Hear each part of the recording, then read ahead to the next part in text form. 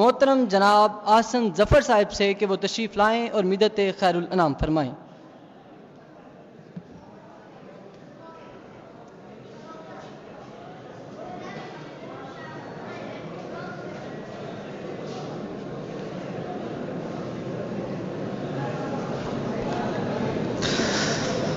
صلی اللہ علیہ یا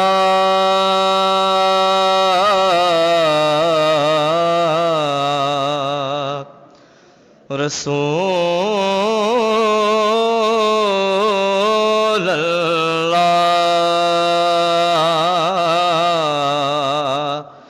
وسلم علیک یا حبیب اللہ۔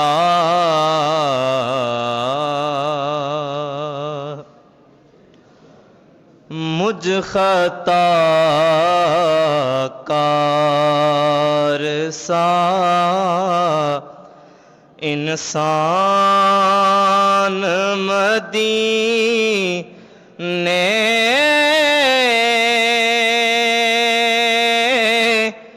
میں رہے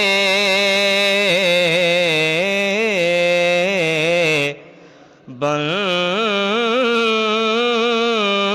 کے سرکار کا مہمان مدینے میں رہے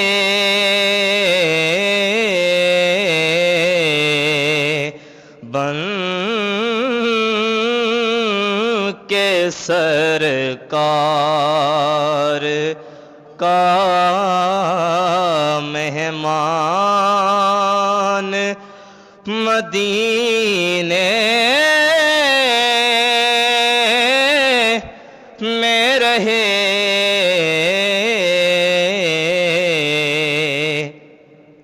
اور یاد آتی ہے مجھے اہل مدینہ کی وہ بات یاد آتی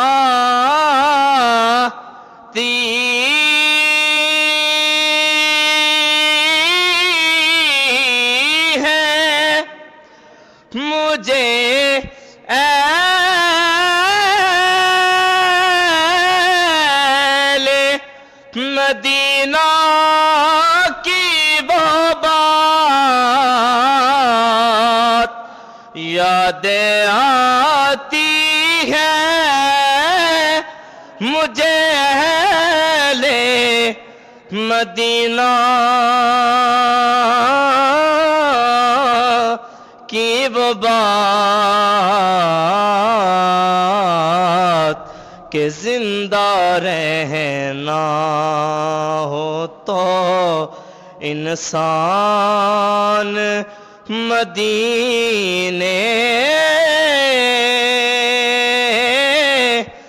میں رہے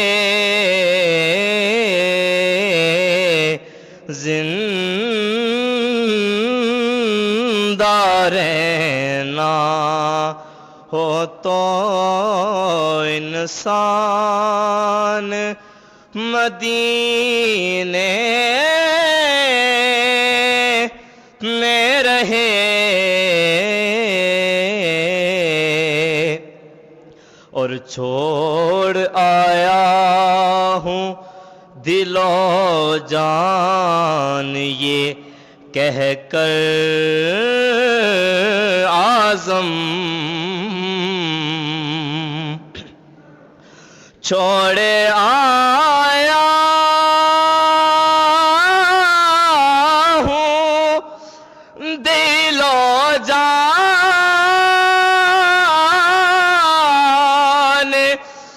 یہ کہہ کر عازم چھوڑ آیا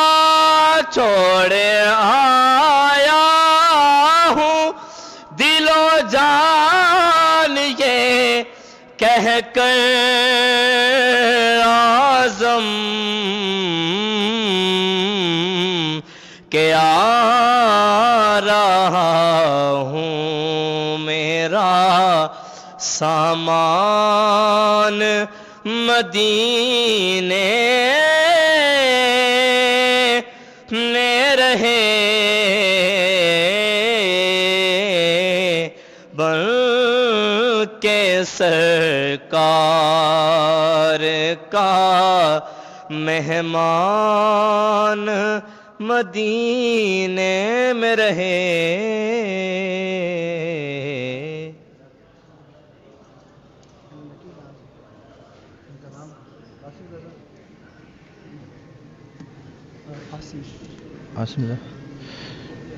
ماشاءاللہ بڑے خوبصورت انداز میں اعظم چشتی صاحب مرحوم کا کلام پیش فرما رہے تھے آسن ظفر صاحب. عزیز طلبہ، جیسا کہ آج صبح کی نشست میں آپ نے نعتیہ مقابلہ سماعت فرمایا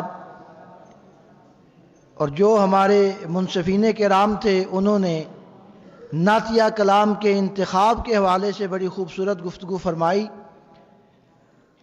تو نعت نام ہی مدحت مصطفیٰ صلی اللہ علیہ وآلہ وسلم کا ہے. اس لیے جب بھی نعت کا انتخاب کیا جائے تو ایسا کلام پیش نظر رہے جس میں ہمارے آقا کریم سرور عالم صلی اللہ علیہ وآلہ وسلم کی بارگاہ میں نذرانہ مدحت پیش کیا جائے، آپ کی تعریف پیش کی جائے، آپ کی تعریف و توصیف کی جائے. باقی مضامین جس میں التجا ہے، جس میں استغاثہ ہے، جس میں فراق کا ذکر ہے، وہ ساری چیزیں ثانوی حیثیت رکھتی ہیں. اصل مقصد یہ ہے کہ سرکار دو عالم صلی اللہ علیہ وسلم کی مدحت و ثنا ہوتی رہی. منشا یہی ہے سلسلہ کیلو کال کی، ہوتی رہے ثنا تیرے حسن و جمال کی. تو نعت کے انتخاب کے حوالے سے ہمارے طلباء کو اس چیز کا خیال رکھنا چاہیے. اور پھر یہ دارالعلوم محمدیہ غوثیہ بحیرہ شریف کا یہ سٹیج ہے اور حضور ضیاء الامت جسٹس پیر محمد کرم شاہ الازہری رحمۃ اللہ تعالی علیہ کا ایک بہت بڑا علمی فیضان ہے، روحانی فیضان ہے، اور حضور نبی کریم علیہ الصلوۃ والسلام کے ساتھ محبت و عقیدت آپ کی زندگی کا ایک بہت حسین پہلو ہے، بلکہ یہی پہلو ہر پہلو پر غالب ہے. تو حضور ضیاء الامت رحمۃ اللہ تعالی علیہ کے ادارے کے طلباء جب نعتیہ کلام پیش کریں تو اس چیز کو مد نظر رکھنا چاہیے. چند اشعار بارگاہ رسالت میں پیش کرنے کی سعادت حاصل کرتا ہوں. مصرعِ نعت کوئی جب بھی عطا ہو جائے، مصرعِ نعت کوئی جب بھی عطا ہو جائے، تو ہم جو بھی نذرانہ عقیدت پیش کرتے ہیں شعر گوئی کی صورت میں ہو، ثناخوانی کی صورت میں ہو، اس کو اللہ کریم کی عطا سمجھنا چاہیے کہ اس کے بغیر، اس کی توفیق کے بغیر یہ ممکن نہیں ہے. تو اس لیے مصرعِ نعت کوئی جب بھی عطا ہو جائے، مثل گلشن یہ میرے دل کی فضا ہو جائے. کاش مجھ کو بھی ابو بکر سا ایمان ملے، کاش مجھ کو بھی ابو بکر سا ایمان ملے، دل میرا خواہش دنیا سے رہا ہو جائے. تو آپ کو معلوم ہے جناب سیدنا ابو بکر صدیق رضی اللہ تعالی عنہ نے گھر کا سارا سامان سرکار دو عالم صلی اللہ علیہ وسلم کے قدموں میں ڈال دیا. تو یہ وہ شخصیات اور ہستیاں ہیں جو ہمارے لیے نمونہ اور مثال ہیں. اور نعت گوئی میں بھی اگر یہی مضامین ہم لے کر آئیں جن کا تعلق سیرت نبوی سے ہے، صحابہ کرام کی عادات سے ہے، ان کے جانساری سے ہے، ان کے عشق و وفا سے ہے، تو بہت خوبصورتی پیدا ہوتی ہے. اور ہے فقط ان کی اطاعت ہی مجرب نسخہ، ہے فقط ان کی اطاعت ہی مجرب نسخہ، آئیے ان کی شریعت سے وفا ہو جائے.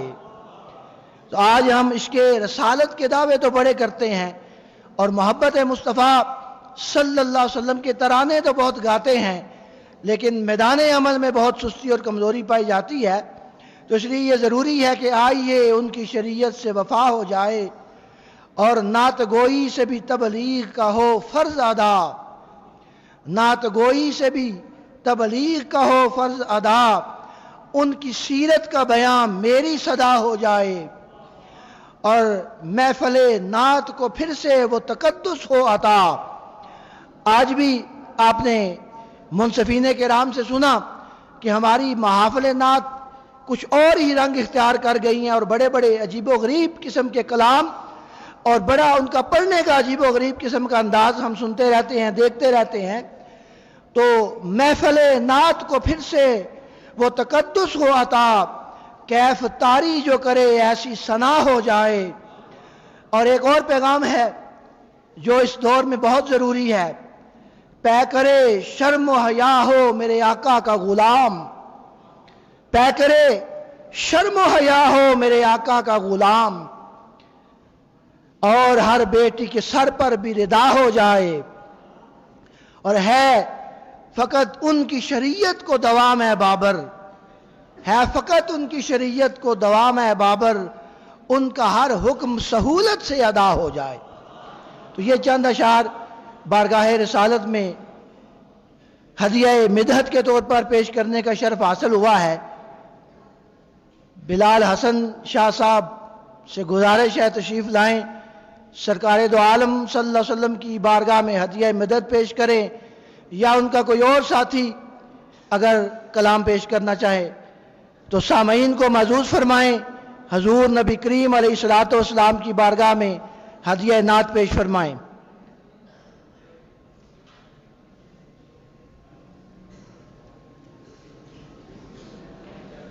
انتظار فرما پڑھیے صلی اللہ علیہ یا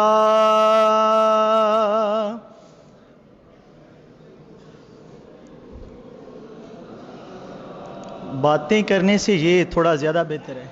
جس طرح نعت گوئی کے آداب پر توجہ دی جاتی ہے اور زور دیا جاتا ہے، اور نعت خوانی کے آداب سکھائے جاتے ہیں، تو نعت پاک کو سماعت کرنے کے بھی آداب ہیں۔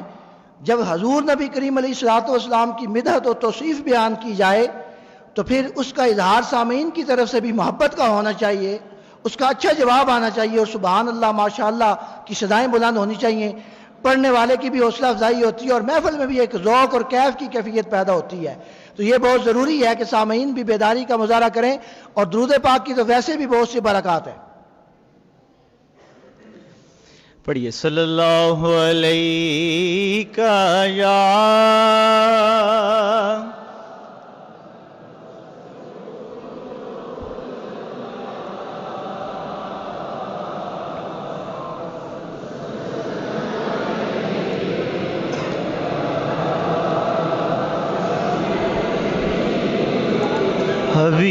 حبیب اللہ۔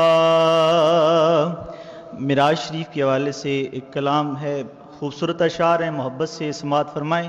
اگر کوئی مصرع پسند آ جائے تو آپ سبحان اللہ بھی کہہ سکتے ہیں۔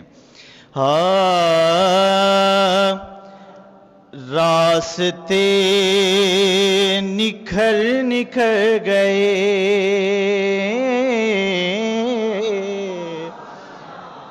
راستے نکھر نکھر گئے، راستے نکھر نکھر گئے،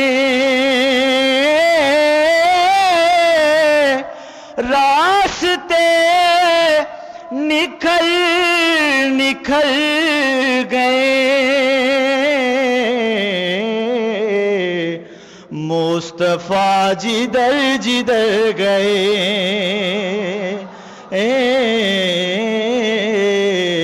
مصطفیٰ جدھر جدھر گئے،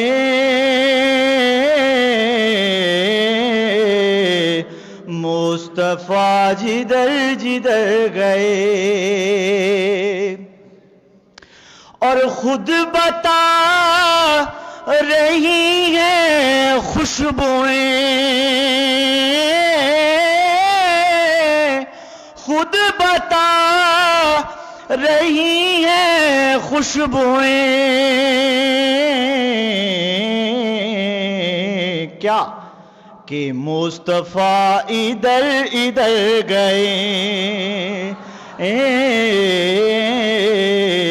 کہ مصطفیٰ ادھر ادھر گئے، اور جبرائیل بھی ہے دم بخود، جبرائیل بھی ہے دم بخود،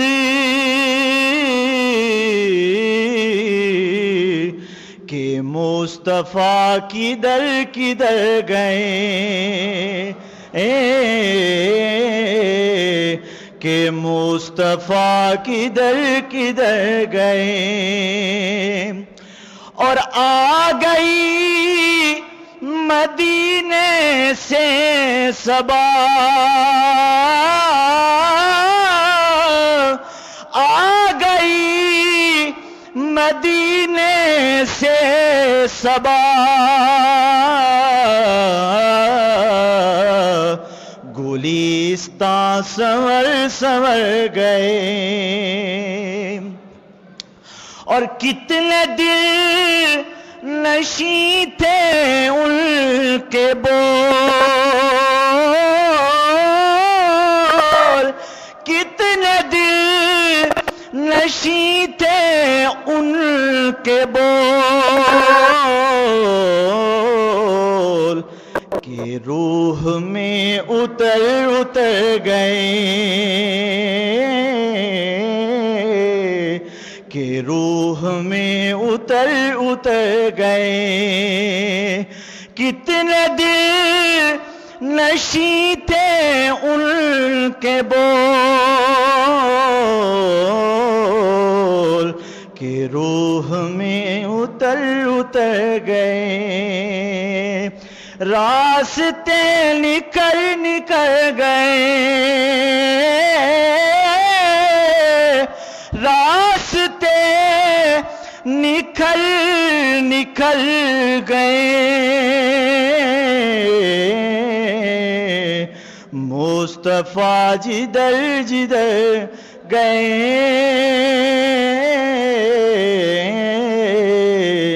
مصطفیٰ جدھر جدھر گئے،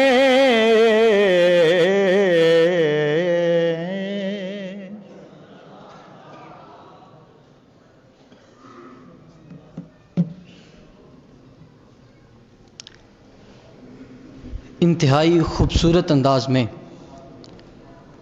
الکرم نعت کونسل کے صدر محترم جناب بلال حسن شاہ صاحب مدحت خیر الانام فرما رہے تھے۔ ابواب ذی وقار، جیسا کہ آپ کو معلوم ہے کہ ہفتہ تقریبات کا یہ سلسلہ رواں دواں ہے، آج اسی کے مقابلہ جات اور اسی کی نشستوں میں سے ایک تربیتی نشست اقبال اور اقبال کے تصوف کے حوالے سے انعقاد پذیر ہے۔ تو اب میں اقبال کے تصوف کے جو موقف ہیں ان کے حوالے ان پر تھوڑی سی روشنی ڈال کر آگے بڑھاؤں گا اس سلسلے کو۔ ابواب ذی وقار، اقبال اور تصوف، یہ ایک ایسا موضوع ہے جس کے دو موقف ہیں، جس کی دو جہتیں ہیں۔ اس پر لکھنے والے اقبال کے تصوف کے قائل بھی موجود ہیں، اور اس پر ہی لکھنے والے وہ اقبال کے تصوف کے انکاری بھی موجود ہیں۔ یہ بھی لکھا گیا ہے کہ اقبال کا تصوف زمین پر ایک اجنبی پودا ہے، حالانکہ یہ بات ایک مغالطے پر مبنی ہے۔ علامہ نے ایسا کبھی نہیں کہا، اور یہ کہ علامہ نے تصوف کو ہی ان تین بنیادی عوامل میں سے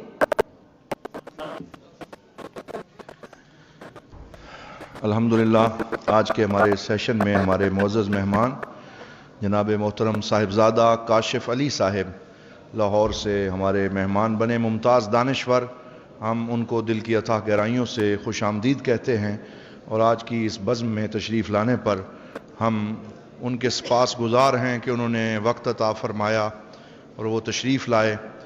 اللہ کریم ان کے علم و حکمت اور فیضان میں برکتیں عطا فرمائے۔ تشریف رکھیں جی۔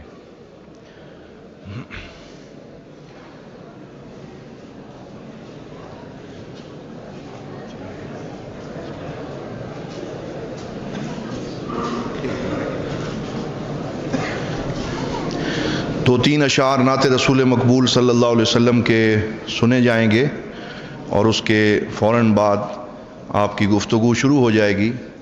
آپ کے ساتھ سٹیج پہ جلوہ فرما ہیں محترم المقام عکس جمال کرم حضرت ڈاکٹر پیر ابو الحسن محمد شاہ صاحب الازہری زیدہ مجدہ، محترم المقام جناب ڈاکٹر ثناء اللہ الازہری صاحب جو بحریہ یونیورسٹی اسلام آباد میں آپ پروفیسر ہیں، اور عربک لینگویج کے اندر آپ کا جامعہ الازہر مصر سے پی ایچ ڈی ہے، اور اسی طرح جناب محترم عبد الحمید خان صاحب دربار شریف پہ جو تشریف فرما ہوتے ہیں، آج وہ بھی ہماری اس بزم میں تشریف لائے ہیں، کیونکہ یہ تصوف اور اقبالیات سیمینار کے عنوان سے موسوم سیمینار ہے، اور اس میں ہمارے بہت سے معزز مہمان جو ہیں وہ بھی تشریف فرما ہیں۔ ایک نعت رسول مقبول محمد جمال صاحب اس کے چند اشعار پیش کریں گے، اور اس کے بعد ہم اپنے مہمان مکرم کی گفتگو سماعت فرمائیں گے۔ درود پاک پڑھیے صلی اللہ علیہ یا رسول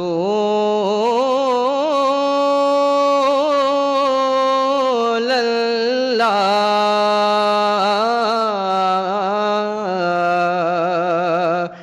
وسلم علیک یا حبیب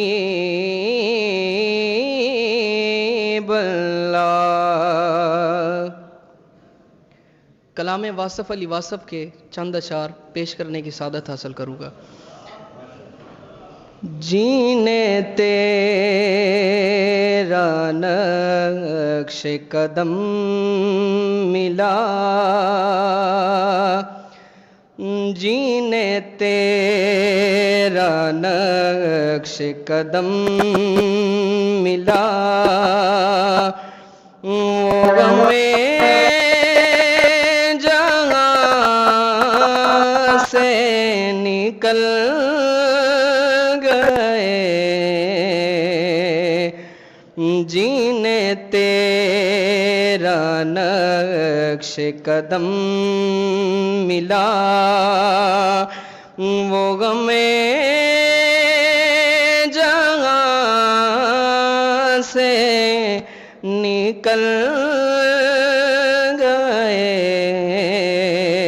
یہ میرے حضور کا فیض ہے،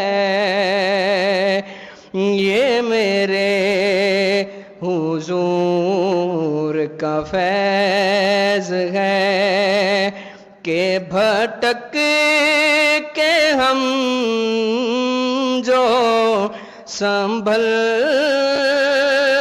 گئے،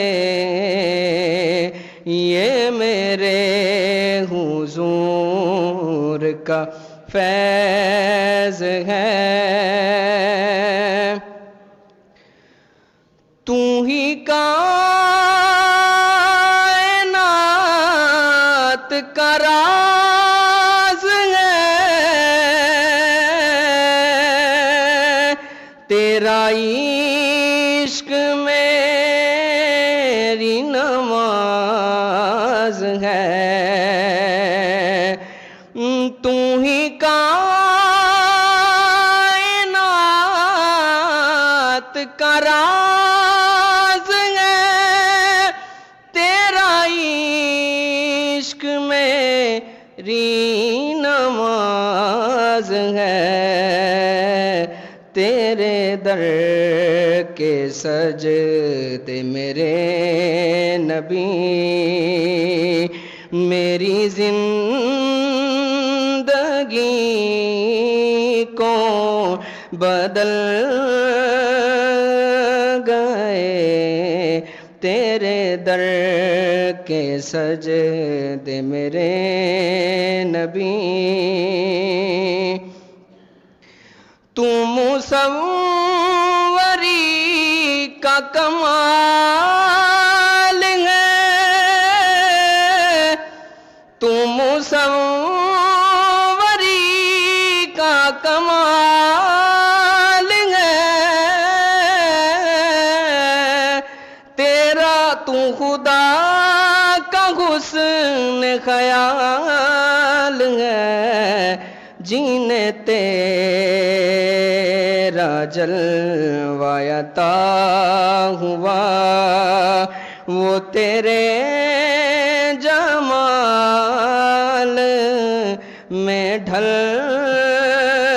گئے جینے تیرا جلوہ عطا ہوا وہ تیرے جمال میں ڈھل گئے جینے تیرا نقش قدم ملا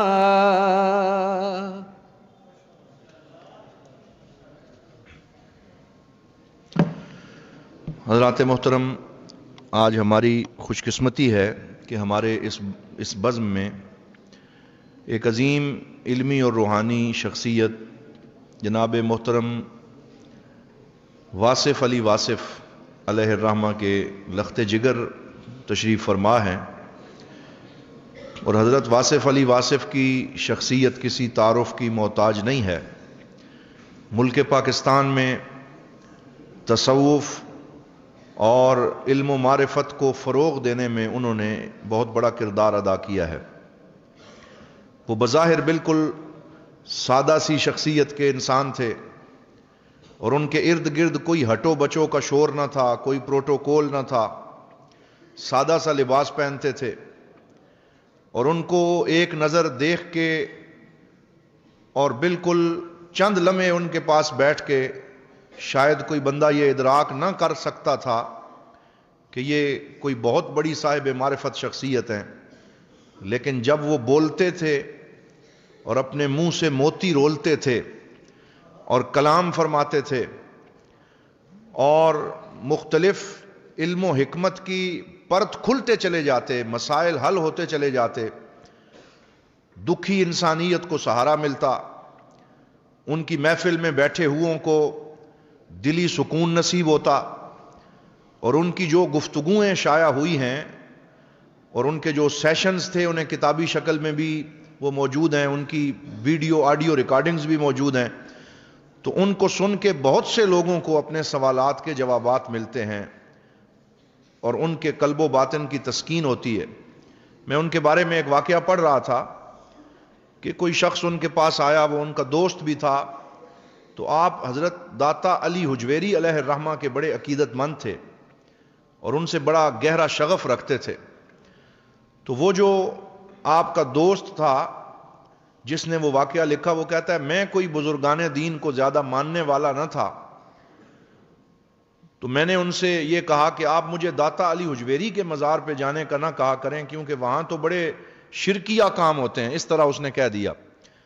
تو ان کا بھی سمجھانے کا اپنا طریقہ تھا، انہوں نے کہا کہ بھائی تم کسی اور کام پہ توجہ نہ دیا کرو، تم داتا صاحب سے جا کے گفتگو کر لیا کرو، تم ان سے باتیں کیا کرو، وہ تمہاری بات سنیں گے اور تمہارا جو بھی مسئلہ ہوگا اللہ تعالیٰ کی بارگاہ میں وہ سفارش بھی کریں گے۔ تو اس اعتبار سے وہ بزرگان دین سے جوڑنے والے تھے، اور بزرگان دین جہاں بھی ہوں ان کے بارے میں امام بوصیری نے فرمایا وَكُلُّهُم مِّن رسول اللہ ملتمس غرفا من البحر او رشفا من الدیم، کہ اللہ والے جہاں بھی ہیں انہیں جو کچھ ملا ہے وہ بارگاہ مصطفیٰ سے ملا ہے، اور سارا فیضان وہیں سے ان کو نصیب ہوا ہے۔ تو اس اعتبار سے صاحبزادہ کاشف علی صاحب اپنے والد گرامی کی فکر کو آگے لے کے چل رہے ہیں اور ان کے مشن کی بھرپور خدمت کر رہے ہیں، اور بہت سے اہل علم جو ہیں ان کو یہ اپنے ہاں بلاتے ہیں اور واصف علی واصف صاحب کی شخصیت اور کردار کو اجاگر کرنے میں ایک بہت بڑا کردار ادا کر رہے ہیں.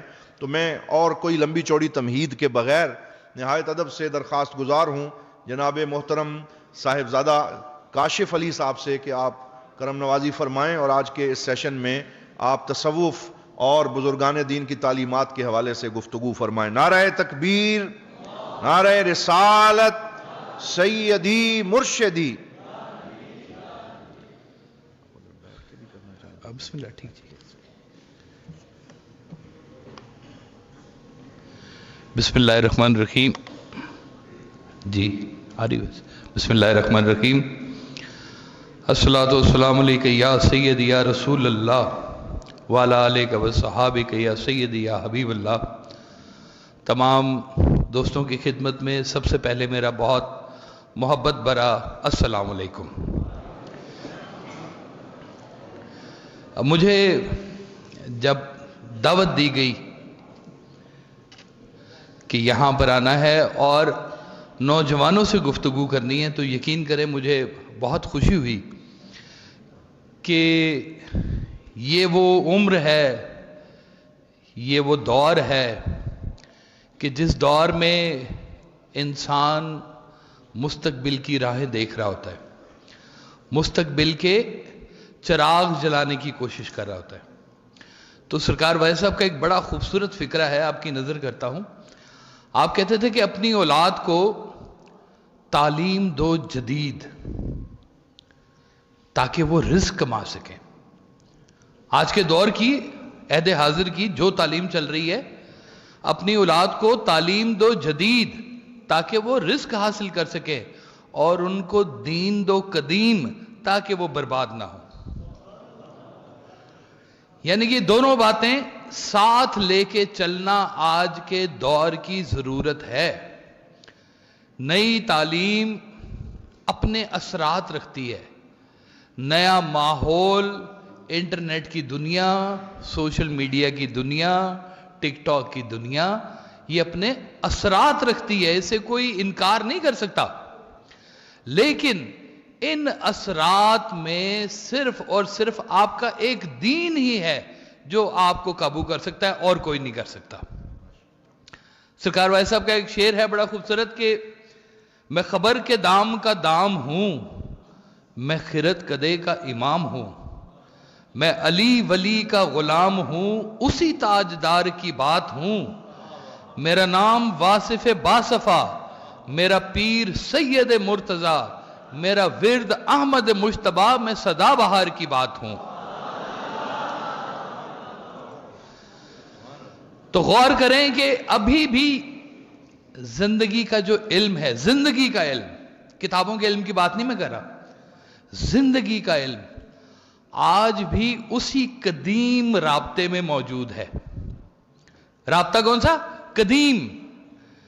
کہ ہمارا آج کا پڑھا ہوا کلمہ یہ وہی کلمہ ہے جو آج سے 1400 سال پہلے پڑھایا گیا، اور ہماری شریعت کے اندر کوئی تبدیلی نہیں آئی. وہی شریعت جو 1400 سال پہلے جس کا نزول ہوا، وہی قرآن مجید فرقان حمید جو 1400 سال پہلے نزول ہوا. آج کے دور میں ہم پر اس کی ویسے تاثیر کیوں نہیں آ رہی جیسے اس دور کے لوگوں میں آیا کرتی تھی؟ تو ہم پہ تاثیر سرکار وائس صاحب کہا کرتے تھے کہ جب تم کوئی بزرگوں کی بات سنتے ہو، قرآن مجید کو پڑھتے ہو، ایسے سمجھا کرو جیسے ابھی اس کا نزول تم پر ہو رہا ہے. یہ آج کی بات ہے، یہ کوئی ماضی کی بات نہیں ہے، یہ آج کی بات ہو رہی ہے. آج کا انسان وہی انسان ہے جو پرانا انسان ہے. کمال ہے، آج بھی انسان ویسے ہی روتا ہے جیسے پہلے روتا تھا. آج کا انسان ویسے ہی ہنستا ہے جیسے پہلے ہنستا تھا. اس کے دکھ بھی ویسے ہیں، اس کی سہولت بھی ویسی ہے، اور کمال ہے اس کا قد بھی اتنا ہے، اس کی عمر بھی اتنی ہے، اس کے رشتے بھی ویسے ہی ہیں. تو بدلہ کیا ہے؟ بدلہ ہے صرف آپ کا سوچ کا انداز، اور اس انداز کو یہ وقتاً فوقتاً اولیاء کرام آتے رہے ہیں اور اس انداز کو سموتے رہے ہیں اس دین کے سانچے میں جو آپ کے لیے تیار کیا گیا. کوئی نیا کام نہیں کیا. میں ابھی حضور سے درخواست کر رہا تھا, میں نے کہا جی مجھے تو بڑی خوشی ہوئی کہ یہاں پہ ریپر نیا ہے لیکن کینڈی پرانی والی ہے, وہی پرانی دوائی جو چلتی آ رہی ہے, وہی مٹھائی جو چلتی آ رہی ہے. ہم بھی اسی کے قائل ہیں کہ دین کے اندر اب مزید کسی ترمیم کی ضرورت ہی کیا ہے. وہی دین مکمل ہے جس دن سرکار دو عالم صلی اللہ علیہ وسلم نے فرما دیا کہ آج میں نے تم پر دین مکمل کر دیا ہے, وہی مکمل دین ہے. اس کے اندر کوئی نئی بات کیا لے کے آنی ہے. تو آپ کی جتنی بھی تعلیم ہے نا جی, یہ فردن آپ کے اوپر اس کا اطلاق ہوتا ہے. ایک تو اجتماعیت ہے نا جی, کہ نماز پڑھیں, اجتماعیت ہے. اب غور کرنے والی بات یہ ہے, کیا سب ایک جیسی نماز پڑھ رہے ہیں؟ کمال ہے مسجد کے باہر جوتا اٹھانا والا بھی وہی نماز پڑھ رہا ہے, جس کا جوتا اٹھایا گیا وہ بھی وہی نماز پڑھ رہا ہے. کتنے افسوس کی بات ہے کہ آج بھی مسجد کے باہر سے جوتا اٹھایا جاتا ہے, سنبھال کے رکھتے ہیں جی اچھا جوتا. یہ اگر نماز سب کی ایک جیسی ہے, سجدہ سب کا ایک رخ کا ہے, تو پھر کوئی جوتی اٹھانے والا کیوں ہے اور جس کی جوتی اٹھائی جا رہی ہے وہ کیوں موجود ہے؟ یہ دو تقسیم کیوں ہے یہ آج بھی؟ تو غور کریں کہ اس کا مطلب ہے کہ کسی کے دل میں یہ بات ابھی تک اتر نہیں رہی ہے.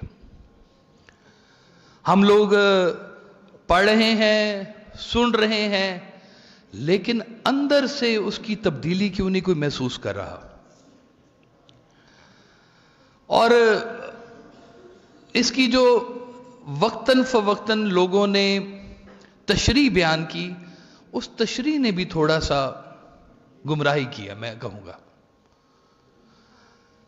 دیکھیں کہ ایک شخص کہے کہ اللہ کا بڑا فضل ہے جی, مالک نے بڑی مہربانی کی ہے, بڑے پیسے اکٹھے ہونے شروع ہو گئے ہیں, رونق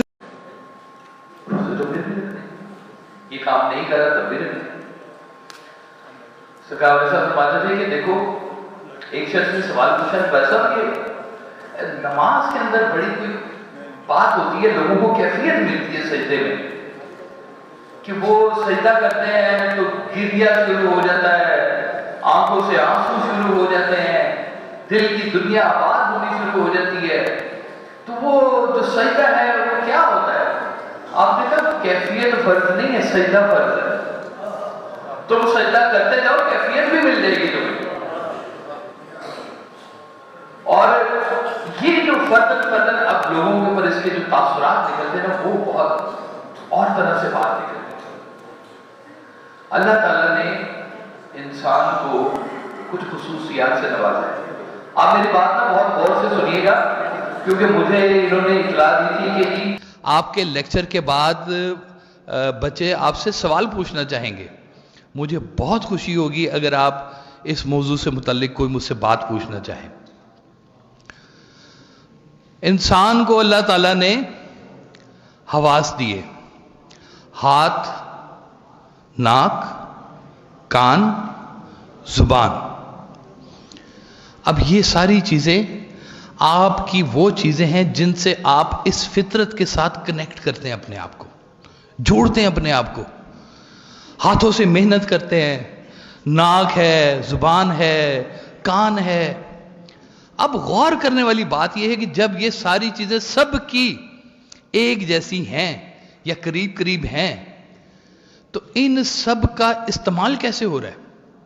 یہاں پر آ کے کھڑا ہوتا ہے آپ کا تصوف, کہ جب آپ اپنی حسیات کو اللہ کے حوالے سے غور کرنا شروع کریں گے تو پھر آپ کے اندر وہ تصوف کی بات بھی شروع ہوگی. آپ کی زبان کیا خیر بولتی ہے؟ الحمدللہ. کیا گالیاں بکتی ہے؟ استغفر اللہ.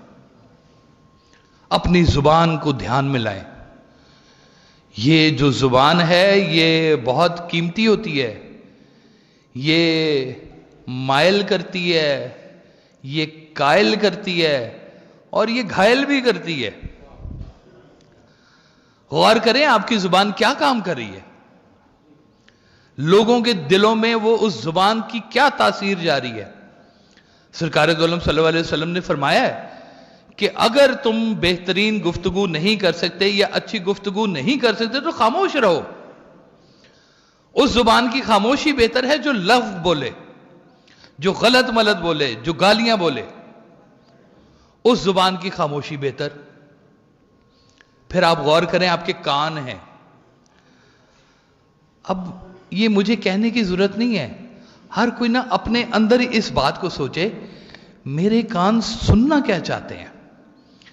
ہم محفل نعت میں بھی بیٹھتے ہیں, ہم قوالیاں بھی سنتے ہیں, ہم گانے بھی سنتے ہیں, ہم نغمے بھی سنتے ہیں, ملی ترانے بھی سنتے ہیں, بڑے بڑے علماء کے ہم فضائل بھی سنتے ہیں. اپنے اندر سے سچی میں غور کر کے اس چیز کو دیکھنا شروع کریں کہ میرے کانوں کو کس چیز کی طلب ہے. کیا میرے کان خیر سننا چاہتے ہیں یا میرے کان وہ سننا چاہتے ہیں جو دنیا سنا رہی ہے سوشل میڈیا کے اوپر. یہاں سے آپ کا تصوف شروع ہوگا.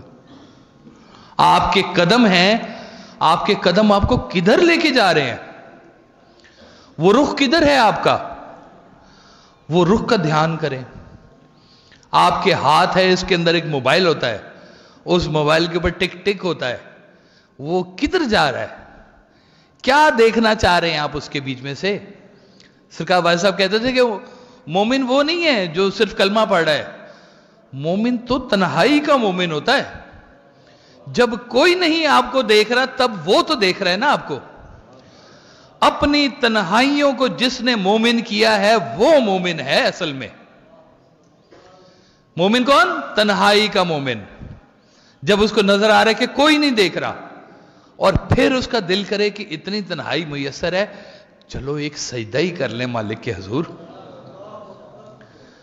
آپ کی تنہائیوں میں رونقیں لگنا شروع ہو جائیں گی. یہ تصوف یہاں سے شروع ہوتا ہے کہ پہلی بات یہ, آپ سے کسی کو کوئی تکلیف نہ ہو, آپ کی زبان سے کسی کو تکلیف نہ ہو, آپ کے عمل سے کسی کو نقصان نہ ہو. ڈیلیبریٹلی, جان بوجھ کر.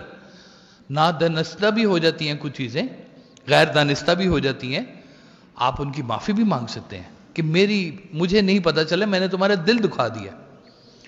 اور وہ دل دکھانا کہنے کو بات ہے, بڑی مشکل بات ہے. یہ دل دے اندر خانہ کعبہ, وہ دل کے اندر خانہ کعبہ کدھر سے آ گیا بھائی؟ وہ دل کے اندر خانہ کعبہ ان کا آتا ہے جن کے دل میں سے بت ٹوٹ جاتے ہیں. یہ بت کون سے ہوتے ہیں؟ خواہشات کے بت, برائی کے بت, نفس کے بت, ہوس کے بت, شہرت کے بت, لالچ کے بت. یہ بت آپ کے اندر ہیں, یہ بت خانہ بنا ہوا ہے. کہتے ہیں کہ وہ اس بت خانے کے اپنے ہاتھ سے بت توڑنے شروع کریں, کعبہ خود آپ کے دل میں اجاگر ہو جائے گا. اپنے کعبے سے بت نکالنا آپ کا ہی کام ہے. توجہ کریں. وہ کہتے ہیں کہ یہ پہلے تو اپنے آپ کو ایک آئینہ بنا. آئینہ کیا ہوتا ہے؟ شیشہ دیکھتے ہیں, چہرہ سیٹ کرتے ہیں. اس کی ایک خوبی ہے, اس کی خوبی یہ ہے کہ یہ آپ سے جھوٹ نہیں بولتا. جیسی شکل ہے ویسی شکل آپ کو دکھائے گا. آپ اس کے قریب جائیں گے وہ اندر والا بھی قریب آئے گا, آپ اسے دور جائیں گے وہ بھی دور جائے گا. وہ کہتے ہیں پہلے تو اپنے آپ کو ایک آئینہ بنا. یہاں پہ ایک چھوٹی سی مثال آپ کو کہانی تمثیل کے طور پہ سنا دیتا ہوں کہ ایک دفعہ رومیوں اور چینیوں کا مقابلہ ہو گیا. دونوں کو ایک ایک دیوار دے دی گئی, درمیان میں پردہ لگا گیا کہ آپ لوگ اپنے اپنے شاہکار اس دیوار کے اوپر بنائیں. تو وہ کہتے ہیں کہ جی وہ چینیوں نے بڑی نقشہ نگاری کی, بڑا خوبصورت دیوار کو سجایا اور بڑی آرٹ اس کے اوپر اپنا تیار کیا. اور رومیوں نے کیا کیا, انہوں نے صرف دیوار کو رگڑا, اتنا رگڑا کہ شیشہ بنا دیا. اور جب مقابلے کا دن ہے، درمیان سے پردہ ہٹا، تو کہتے ہیں کہ وہ جو اس آرٹ کا عکس تھا وہ شیشے میں زیادہ خوبصورت نظر آ رہا تھا. پہلے تو اپنے آپ کو ایک آئینہ بنا، وہ خود نکل کے آئیں گے اپنے حجاب سے. اب یہ دل کا آئینہ ہے آپ کا، سچا ہے، جھوٹ نہیں بولے گا آپ کے ساتھ. وہ جھوٹ جو نہیں بولتا نا، وہ پھر آپ کو بتاتا ہے کہ ابھی تمہارا دل میں نا بت بیٹھے ہوئے ہیں. وہ مالک کہتا ہے سب نکالو گے تو میں آؤں گا، اتنا رش ڈالا ہوئے کہاں سے میں آؤں تمہارے پاس. تو وہ دل کے اندر سے یہ چھوٹے چھوٹے بت، اور یہ گرو بھی یہ کام کرتا ہے، مرشد بھی یہ کام کرتا ہے. یہ اس پہ بھی میں آپ کو تھوڑی سی بات ابھی ٹھہر کے بتاؤں گا اس کے اوپر کہ مرشد کیسے کام کرتا ہے آپ کے دل کے ساتھ. ابھی میں آپ کو آپ کی بات بتا رہا ہوں کہ جو آپ نے کام کرنا ہے.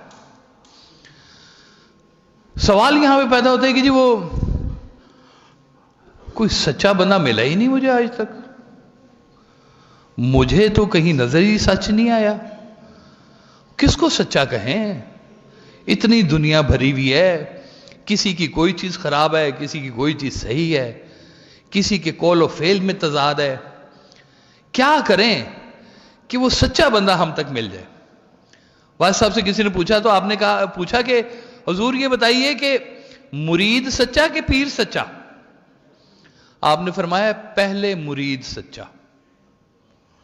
وہ سچا ہوگا تو سچا آ جائے گا اسے لینے. اللہ تعالیٰ فرماتا ہے کہ میں اپنے سچے بندے کو زیادہ دیر جھوٹے لوگوں میں رہنے نہیں دیتا.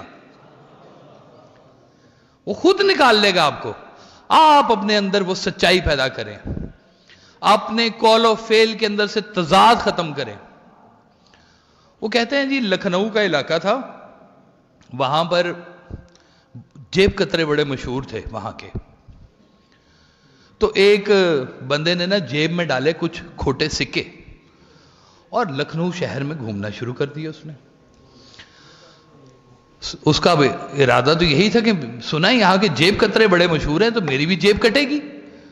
وہ سارا دن پھرتا رہا، شام کو آ کے سرائے میں بیٹھا، جیب میں ہاتھ ڈالے تو سکے موجود.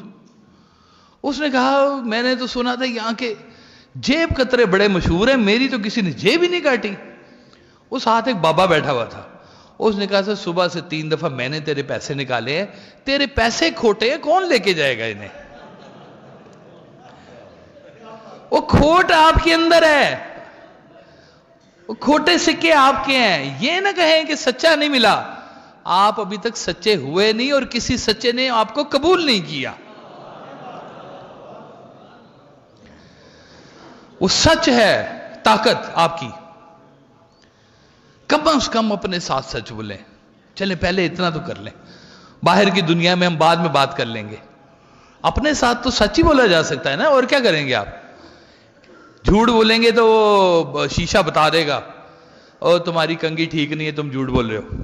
تمہارا منہ نہیں دھلا ہوا، تم جھوٹ بول رہے ہو. تم ایسے ہی کہہ رہے ہو میں نے منہ دھویا ہوا ہے. اب یہ جب آپ ان چیزوں پہ غور کرتے ہیں نا تو ہوتا کیا ہے؟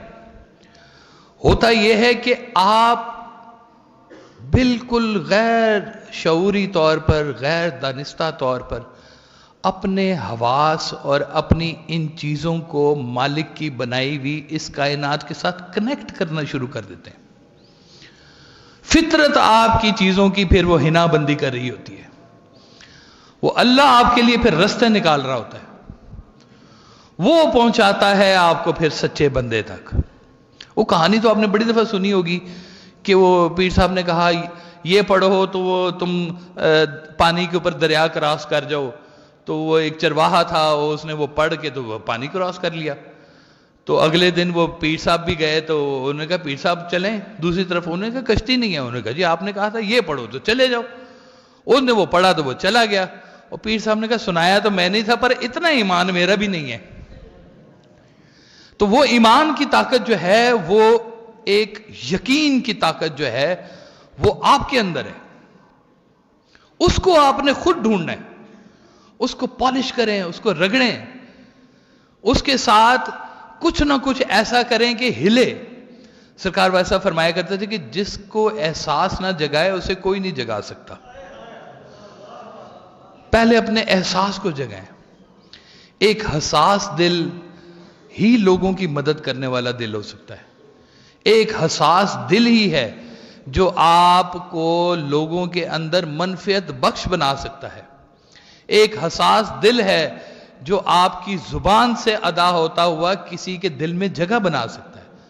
آپ کی زبان سے لوگ اچھائی محسوس کر سکتے ہیں.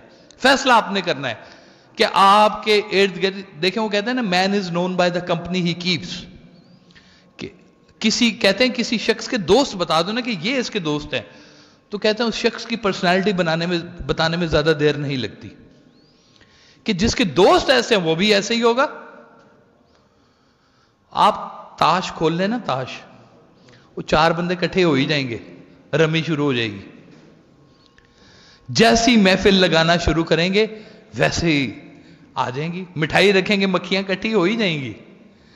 تو آپ جو چیز بنانا چاہ رہے ہیں, آپ کے ارد گرد اس طرح کا مجمع اکٹھا ہونا شروع ہو جاتا ہے.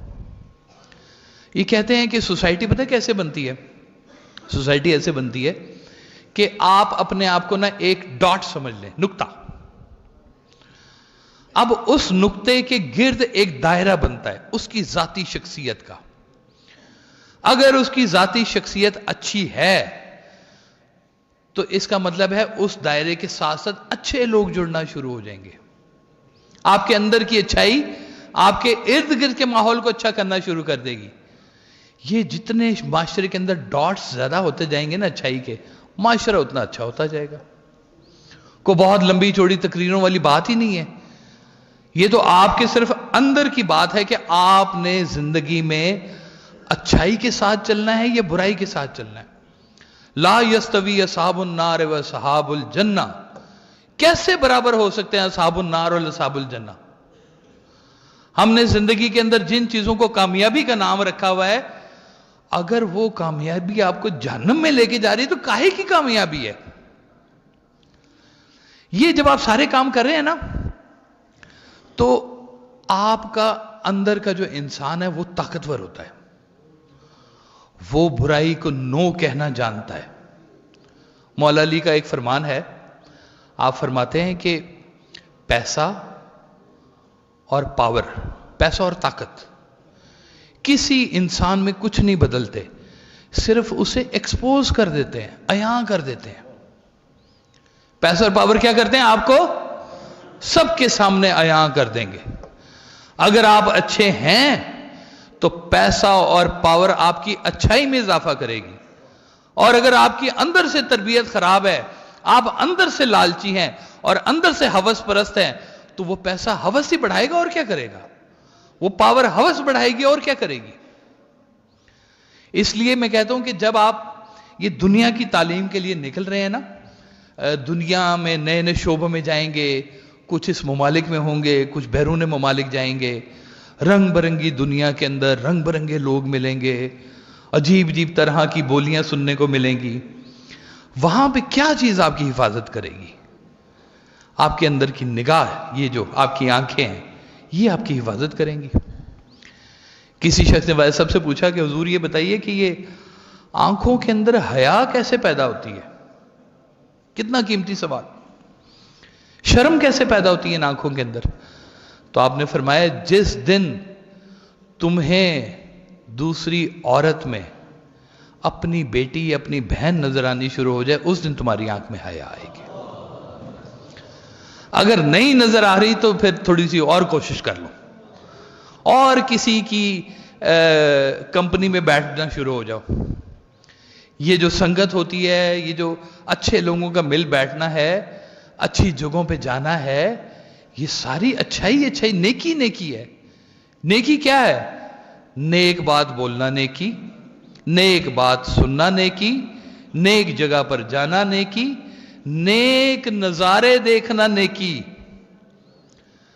اپنے نظاروں کو درست کریں, اپنے معاملات کو درست کریں, وہ پھر مرشد آپ کو آ کے ٹھیک کرے گا. میں یہاں پہ میں چونکہ نا وہ باہر کبھی جب جاتا ہوں بات کرتا ہوں نا تو وہ وہاں کے لوگ بہت زیادہ اس کانسیپٹ کو سمجھتے نہیں ہیں. تو ان کو میں کہتا ہوں گرو، ان کو میں کہتا ہوں تمہارا استاد، تمہارا ٹیچر، وہ تمہیں گائیڈ کرے گا. لیکن ہم حقیقی طور پہ یہ جانتے ہیں کہ وہ جو بھی گائیڈ کر رہا ہوتا ہے وہی تو آپ کا مرشد ہوتا ہے، وہی تو آپ کو بات سمجھا رہا ہوتا ہے. وہ مرشد کا کام ہوتا ہے کہ آپ کو وہ بری کمپنی سے اٹھاتا ہے اور اپنی کمپنی میں بٹھا لیتا ہے. اور جب آپ اس کی کمپنی میں بیٹھتے ہیں تو اتنی دیر تو آپ گناہ نہیں کر رہے. ایک دفعہ سرکار ویس صاحب نے ایک عرس پہ گئے ایک، تو اب وہ جو صاحب ساتھ گئے تھے نا انہوں نے مجھے یہ واقعہ سنایا. کہتے ہیں وہاں پہ لگا ہوا تھا مچھ سمجھتے ہیں نا آپ، وہ آگ بڑی سی جلا کے اس کے ارد گرد سارے درویش لوگ بیٹھے ہوتے ہیں، تو وہ وہاں پہ اللہ کا ذکر بھی ہو رہا ہوتا ہے اور اپنے اپنے معاملات چل رہے ہوتے ہیں. تو مچھ جل رہا تھا تو سرکار ویس صاحب نا وہاں جا کے ان کے ساتھ بیٹھ گئے. اب وہ آگ جل رہی ہے، راکھ اڑ رہی ہے، آگ کی تاثیر اپنی ہے، راکھ کی تاثیر اپنی ہے. تو کہتے ہیں وہ ویس صاحب وہاں پر بیٹھے بیٹھے بیٹھے بیٹھے 3 دن بیٹھے رہے. 3 دن کے بعد جب آپ اٹھے تو وہ آگ نے آنکھیں لال سرخ کر دی ہوئی تھی اور راکھ نے سارے بالوں کو گرے کر دیا ہوا تھا اور ایک عجیب سا حولیہ بن گیا. 3 دن جو بندہ آگ کے قریب بیٹھا رہے وہ اس میں بھی صفت آگ کی آ جاتی ہے اور کیا ہوگا جی. تو وہ جو صاحب ساتھ تھے انہوں نے کہا بھائی صاحب آپ 3 دن بیٹھے رہے یہاں پر، تو مجھے بتائیں کیا فائدہ ہوا یہاں پہ بیٹھ کے. آپ نے کہا اچھا یہ بات بتاؤ 3 دن تم بھی تو میرے ساتھ ہی رہے ہو نا، مجھے یہ بتاؤ 3 دن تمہیں کھانا ملا؟ انہوں نے کہا جی بالکل ملا مجھے کھانا، لنگر چل رہا تھا، کھانا آ رہا تھا. پھر آپ نے فرمایا اچھا مجھے یہ بتاؤ 3 دن تم نے کوئی گناہ کیا ہے؟ اس نے کہا جی میں تو اس انتظار میں بیٹھا ہوا تھا کہ آپ ابھی اٹھتے ہیں اور ابھی ہم چلتے ہیں، تو گناہ میں نے کدھر سے کرنا ہے، مجھے تو کوئی موقع ہی نہیں ملا یہاں گناہ کرنے کا. تو آپ نے کہا یہی سے تو درویشی کا آغاز ہوتا ہے کہ جس ٹائم پہ تم گناہ نہیں کر رہے تو وہی تو اصل وقت ہے. تو سرکار ویس صاحب کہا کرتے تھے کہ یہ دور ایسا دور ہے کہ اس دور میں اگر تم کوئی نیکی نہیں کر رہے تو کوئی بات نہیں، لیکن اگر تم گناہ نہیں کر رہے تو یہ بھی بہت بڑی نیکی ہے. یہ ایسا دور ہے کہ اس دور میں آپ صرف گناہ سے بچ رہے ہیں تو یہی بہت بڑی نیکی ہے. تو یہ اگر آپ کی سنگت نہیں نہ ہوگی ویسی آپ کے قریب کے اندر کی، تو یہ بات آپ کے اوپر بار بار لالچ آئے گا. آپ خود سے سوچ لیں، کسی کا نماز پڑھنے والا دوست ہو نا جی، تو وہ کہتا ہے چل یار تو بھی چل میرے ساتھ نماز پڑھنے چلتے ہیں، ٹائم ہو گیا نماز پڑھنے کا. کسی اور کماش کا دوست ہوگا تو وہ آپ کو ادھر لے چلے گا، چل ادھر چلیں ادھر بڑی رونق لگی ہوئی ہے.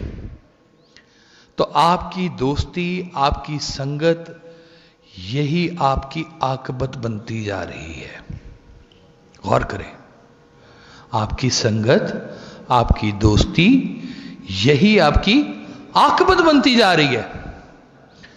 تو ہم تو اس فارمولے کے لوگ ہیں کہ یا اللہ ہمیں ایسی زندگی عطا فرما جس پہ تو بھی راضی رہے اور ہم بھی راضی رہیں، کہ ایسے کام کریں کہ جس سے تو خوش ہو جائے. تو ہمیں بھی ایسے زندگی میں گزار کہ ہمیں بھی تھوڑی سی سہولت ملے. تو اپنے اللہ کے ساتھ وہ کنیکشن بنانا، اس کائنات میں واحد ذات اللہ تعالیٰ کی رب العزت کی وہ ذات ہے جو آپ کا پالنے والا ہے. وہ تو اس کا بھی پالنے والا ہے جو اس کو نہیں مانتا، اسی نے کریٹ کیا سب کو. اس لیے جب بھی مخلوق کو دیکھیں نا تو یہ بات اپنے ذہنوں میں رکھیں کہ وہ بھی ہوگا کسی کا نور نظر، وہ بھی ہوگا کسی کا نور نظر جو کھٹکتا ہے خار آنکھوں میں. اس کو بھی اللہ نہیں بنایا ہے. تو درویش لوگ جو ہوتے ہیں نا وہ دنیا کو اس خدائی نظر سے دیکھتے ہیں کہ یہ بھی اس کی مخلوق بنائی ہوئی ہے، یہ بھی اس کی مخلوق بنائی ہوئی ہے، اور تم اللہ کے ماننے والے ہو، تم ساری مخلوق کے لیے تم آگے وہ بات کرو. ہم سرکار دو عالم صلی اللہ علیہ وسلم کے ماننے والے ہیں. آپ رحمت للعالمین ہیں، ہر مخلوق کے لیے رحمت ہے. جب آپ کو طائف میں وہ پتھروں کا سامنا ہوا، خون نکلا، جبرائیل علیہ السلام نے کہا کہ آپ حکم دے تو میں دونوں پہاڑوں کے بیچ میں ان کو پیس کے رکھ دوں، تو آپ نے فرمایا کہ میں اس دہر میں غیظ و غضب بن کر نہیں آیا، رحمت ہے. آپ نے کہا یہ نہیں تو ان کی اولادیں آگے سے اسلام پہ آ جائیں گی، اور ہوا، ابھی بھی ہے. ابھی بھی طائف چلے جائیں تو الحمدللہ وہاں پہ مسلمان ہیں سارے کے سارے. تو آپ کا زندگی کا جو نظریہ ہے، اس کو چھوٹی چیزوں کے اندر نہ بانٹ کے توڑ کے ایک ایک پوائنٹ کو غور کیا کریں. اللہ تعالیٰ نے آپ کو دماغ دیا ہے، فکر کیا کریں. جیسے آپ کاروبار پیسے کمانے کے لیے سوچتے ہیں نا، ویسے ہی اس بات پہ بھی غور کریں کہ کل کو ہم نے کہیں جانا ہے. سرکار ویسا بھی یہ بات کہا کرتے تھے کہ نا اولاد کو صرف ایک فیتھ دے کے جاؤ، ایک فیتھ، کہ اس کے بعد ایک زندگی ہے، ادھر تمہیں سامنا کرنا پڑے گا. وہ جگہ ہوگی یوم الحق کی جگہ ہوگی، یوم الحساب ہوگا. ایک دن تم نے اپنے کیے کا سارا کام کر کے اس زندگی میں داخل ہونا ہے. اب وہ جس کے ذہن میں یہ خیال ہونا، وہ دوسرے خیالوں میں پھر پھنستا نہیں ہے. ایک مرید نے پوچھا اپنے پیر صاحب سے کہ حضور یہ بتائیے، یہ دنیا تو بڑی دنیا ہے، بندہ پھنس جاتا ہے اس میں، اس کی بڑی رونقیں ہیں. تو آپ نے کہا کہ ہاں ہیں تو صحیح، لیکن تم بچ بھی سکتے ہو. انہوں نے کہا جی وہ کیسے بچ سکتے ہیں؟ آپ نے فرمایا اچھا یہ لو ایک پیالہ، اس میں پانی بھرا، اور اس کو کہا کہ یہ پیالہ لے کے بازار چلے جاؤ اور بازار کا ایک چکر لگا کے آؤ، میں تمہاری ہڈیاں توڑ دوں گا اگر اس پیالے میں سے کوئی پانی گرا تو. اب حکم تھا، اس نے وہ پیالہ پکڑا، بازار کا چکر لگا رہا ہے اور دھیان پیالے کے بیچ میں کہ پانی نہ گر جائے. اب وہ سارا بازار گھوم گھام کے تو واپس آیا تو اس نے کہا کہ حضور نہیں، اس میں سے پانی کوئی نہیں گرا. آپ نے کہا اچھا پانی نہیں گرا، مجھے بتاؤ بازار میں کون کون سی دکانیں تھیں؟ انہوں نے کہا جی مجھے کیا پتا دکانیں تھیں کہ نہیں تھیں، میں تو پیالے کو دیکھ رہا تھا، اس میں سے پانی نہ گرے. تو وہ کہتے ہیں کہ پانی بھرن سہیلیاں تے رنگا رنگ کڑھے تے پریا اس دا جانیے جس دا توڑ چڑھے. تو یہ ہے آپ کے پیالے، اس کے اوپر آپ نے فوکس کرنا ہے کہ یہ پیالہ ہم نے لے کے پہنچنا ہے وہاں پر، اور اس کے اندر کوئی گر نہ جائے پانی، دھیان کرنا ہے. تو یہ جو ادھر ادھر کے جو خیال آتے ہیں نا، تو یہ خیال نیک بندوں کے اوپر زندگی کی آخری سانس تک آتے رہتے ہیں. میں آپ سے کہوں نا کہ اتنا مجاہدہ کر لیں کہ برائی ختم ہو جائے، وہ نہیں ہوگی. وَخَيْرِهِ وَشَرِّهِ مِنَ اللَّهِ، ادھر سے یہ سارا کچھ کہانی اللہ تعالیٰ نے خود بنائی ہوئی ہے. ساری برائی رہنی ہے، لیکن اس برائی کے اندر آپ نے کیسے رہنا ہے؟ آپ نے ایسے رہنا ہے جیسے کمل کا پھول ہوتا ہے. دیکھا آپ نے کمل کا پھول، سفید رنگ کا خوبصورت، وہ کیچڑ میں ہوتا ہے. جی کیچڑ کو کہہ لیں دنیا، لیکن دنیا سے ایک سٹیپ اوپر ہو کے اس پھول کی طرح بھی بن سکتے ہیں آپ، اس کمل کے خوبصورت پھول کی طرح، جو رہتا تو کیچڑ میں ہے لیکن کیچڑ کی تاثیر نہیں لیے ہوئے ہوتا. تو یہ دنیا ہے آپ کے سامنے، اس میں سے آپ نے کیسی تاثیر لینی ہے یہ اب آپ پر منحصر ہے. اگر جن کا رجوع ہے کہ ہم جائیں یہاں سے اور سرخرو ہوں، دیکھیں اللہ تعالیٰ نے کبھی کسی کو محنت سے منع نہیں کیا، رزق حلال کمانے کے لیے کہا گیا ہے. اور رزق حلال سب کا برابر نہیں ہوگا. ایک کلاس میں پڑھنے والے بچے سب کے نمبر برابر نہیں آئیں گے، کسی کے کم آئیں گے، کسی کے زیادہ آئیں گے. ایک ہی گھر میں ایک ہی والدین کی اولاد، کوئی بہت بڑی ہوگی تو کوئی بہت چھوٹی ہوگی، کوئی امیر ہوگا تو کوئی غریب ہوگا، کوئی کالا ہوگا تو کوئی سفید ہوگا، کوئی اچھے اخلاق والا ہوگا تو کوئی بد اخلاق ہوگا. یہ اللہ تعالیٰ کی بانٹ ہے، یہ ہونا ہی ہونا ہے.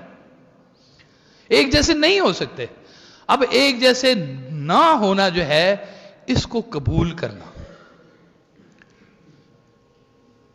میں نے جب آپ سے پہلے کہا نا کہ اگر کوئی یہ کہے کہ یہ امیر ہے تو اس پہ اللہ کا فضل ہے، اور یہ غریب ہے تو کیا اس پہ اللہ کا فضل نہیں ہے؟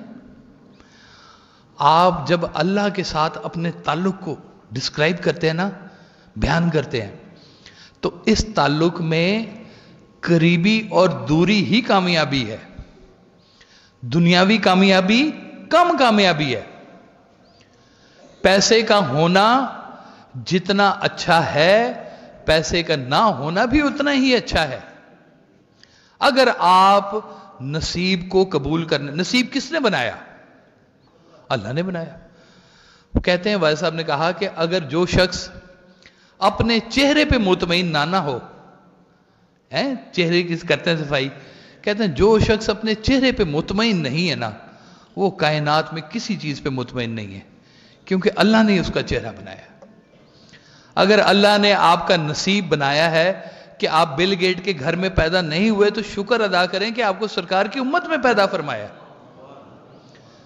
ہم کس کس چیز کا شکر ادا کریں؟ شکر کرنے میں آئیں تو یہ زبان تھک کے مر جائے، شکرانے ختم نہیں ہو سکتے، اتنی مہربانی ہے اللہ تعالیٰ کی۔ اور یہی زبان جب گلہ کرنے پہ آتی ہے تو ٹر ٹر ٹر ٹر گلہ کری جاتی ہے، اور یہ بھی نہیں دیکھتی کہ اللہ تعالیٰ نے بولنے والے ہی بنا دیے۔ زبان نہ ہو کسی کی، ذرا پوچھ کے تو دیکھیں اس سے۔ اور گونگے کو خواب سنانا مشکل ہو جاتا ہے، غور کریں اللہ تعالیٰ کی کن کن نعمتوں کا شکر ادا کریں۔ لہٰذا زندگی میں آپ نہ گلے والے نہ بننا، مہربانی کرنا، شکر والے بن جانا۔ گلے والے مارے جائیں گے، شکر والے بچ جائیں گے۔ وہ کہتے ہیں کہ اس کی عطاؤں پر الحمدللہ اور اپنی خطاؤں پر استغفر اللہ پڑھتے رہنا چاہیے کہ یا اللہ جو کچھ تو نے میرے ساتھ کیا ہے الحمدللہ، جو کچھ میں اپنے ساتھ کر رہا ہوں استغفر اللہ، بچا لے مجھے، اپنے آپ سے ہی بچا لے مجھے، اپنے نفس سے بچا لے۔ تو اللہ تعالیٰ آپ کو یہ غور کریں اس بات کے اوپر کہ عبادت ہے، آپ اللہ کے جتنے قریب ہوں گے آپ عبادت کرتے جا رہے ہیں۔ اگر آپ کے دل میں اللہ کی محبت ہے تو وہ محبت کیا ہے؟ عبادت۔ اللہ کی محبت کیا ہے؟ عبادت۔ اور سرکار دو عالم صلی اللہ علیہ وسلم کی محبت کیا ہے؟ یہ ہے روحانیت۔ تو اتنا سے ہی کام کرنا ہے۔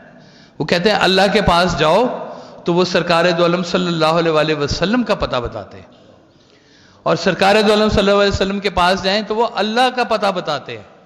یعنی کہ زمین سے آواز جاتی ہے لا الہ الا اللہ، اور آسمان سے آواز آتی ہے محمد رسول اللہ صلی اللہ علیہ وسلم۔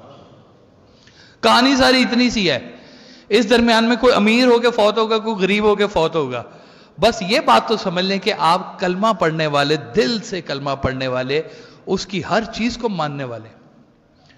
آپ کو ایک چھوٹی سی کہانی اینڈ پہ سنا دیتا ہوں۔ وہ کہتے ہیں جی ایک بندہ بڑے رزق کے معاملے میں بڑا پریشان بیٹھا ہوا تھا، یا اللہ روزی روٹی نہیں چل رہی ہے، کیا کروں، کوئی بات سمجھ میں نہیں آ رہی ہے۔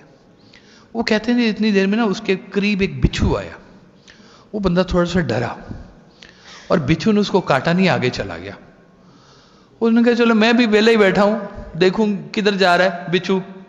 وہ بچھو چلتے چلتے نا نہر کے کنارے پر آیا۔ اس نے کہا یہ تو بچھو ہے، یہ تو تیر نہیں سکتے، تو ڈوب جائے گا۔ کہتے ہیں ادھر سے دیکھا کہ ایک پتا آ رہا ہے پانی کے اندر، اور بچھو اس کے اوپر سوار ہو گیا۔ اب وہ بڑی گہری بات ہو گئی اس کے لیے۔ اس نے کہا یہ دیکھوں یہ پتا آیا ہے، اس کے لیے پوری اوبر آئی ہے کہیں سے، چیک کریں جا کدھر رہے۔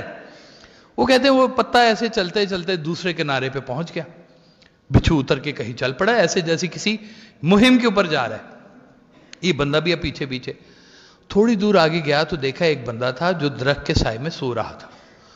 اس نے کہا ہو نہ ہو یہ بچھو اس کو کاٹنے کے لیے جا رہا ہے، تو میں اس کو نہ جا کے ذرا آگاہ کر دوں پہلے سے کہ بھائی دھیان کر بچھو۔